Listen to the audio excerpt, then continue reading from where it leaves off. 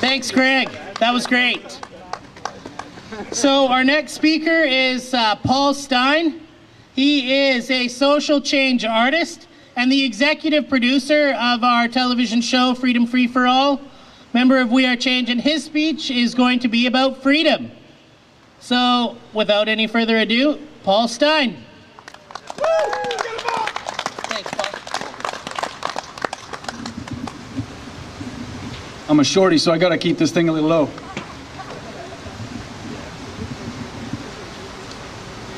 All right, I'm gonna speak a little bit about freedom today to start us off.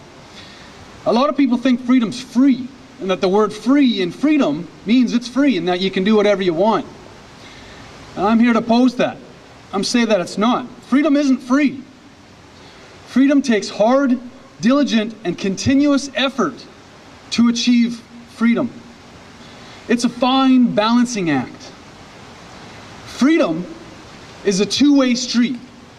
One way is respect, and the other is responsibility. That's how you achieve freedom. We need respect for ourselves. We need respect for our parents. We need to respect children. We need to respect the police.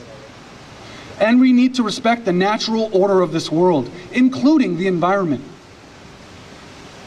We need to respect the countless generations that proposed a society that follows the rule of law and respects the rule of law. And we need to respect the price they paid to achieve these concepts we call individual freedom and liberties. We need to respect the sacredness of the family unit and its place in a free society. We need respect in order to serve the community that will protect the individual and their individuality.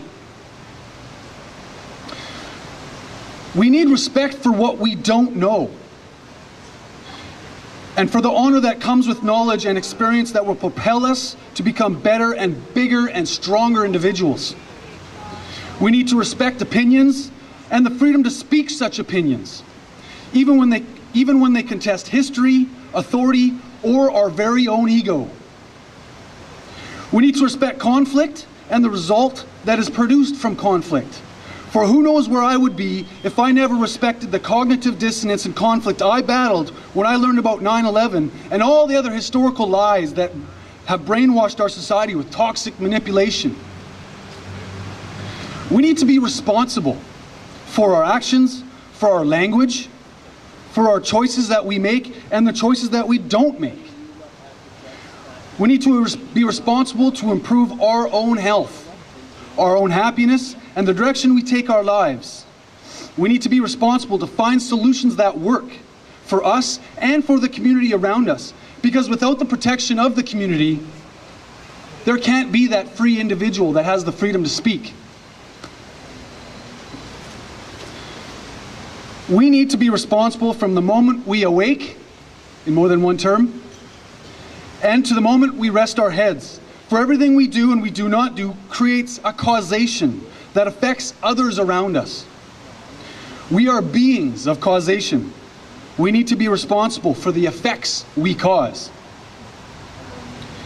We need to be responsible to educate the children of the future what freedom is and how to exercise their rights. We need to practice the art of freedom sword fighting amongst each other so that we learn how to stand our ground, stand in our power with honor, bravery, and compassion.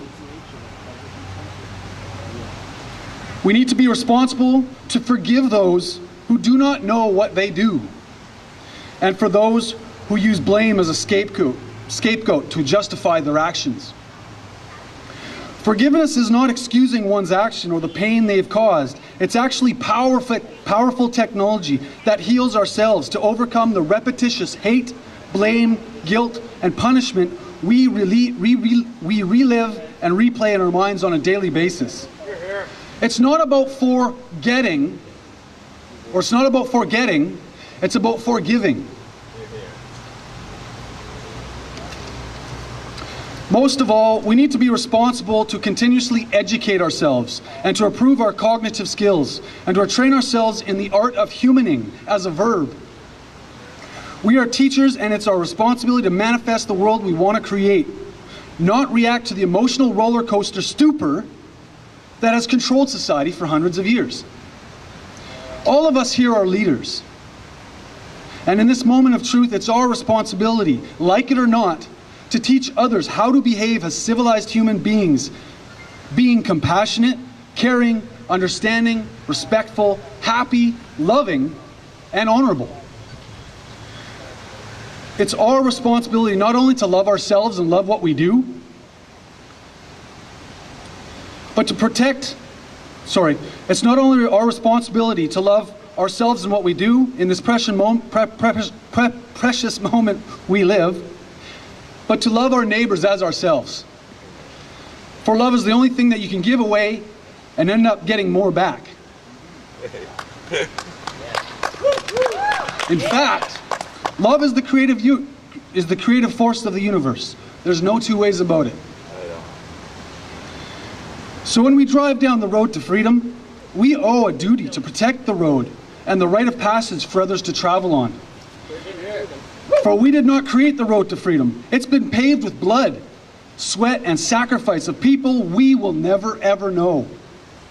And hopefully this road to freedom will continue to be built with your legacy for future generations to travel on. The key to this road to freedom is education and replacing old knowledge with new knowledge. For knowledge is power, and with this power comes great responsibility. And although it may be tough to change and renew our beliefs and opinions, I'm sure all of us here are slowly getting used to it. So let's hear it for change, because we are change. So remember, freedom isn't free. Freedom takes hard, diligent, and continuous effort to achieve. It's a fine balancing act.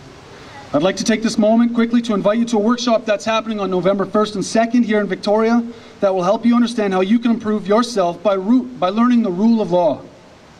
We Are Change Victoria is proud to present a two-part presentation of the most comprehensive information about constitutional law, the hierarchy of law in Canada, personhood, and hidden documents discovered about our constitutional right to property, presented by David Kevin Lindsay. As I said, freedom isn't free.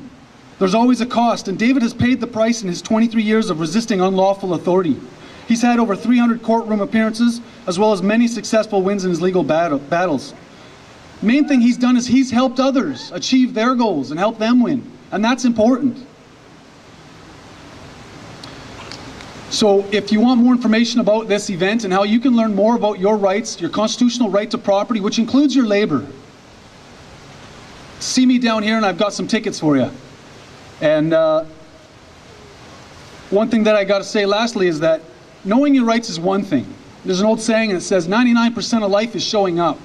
I'd say the 1% is finishing. So in relation to freedom, 99% of life is knowing your rights. It's the 1% that exercises them. Thanks.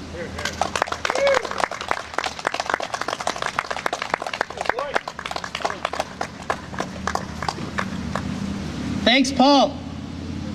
So we're moving along great, and our next speech is going to be done by Justin from We Are Change. Thanks, Justin.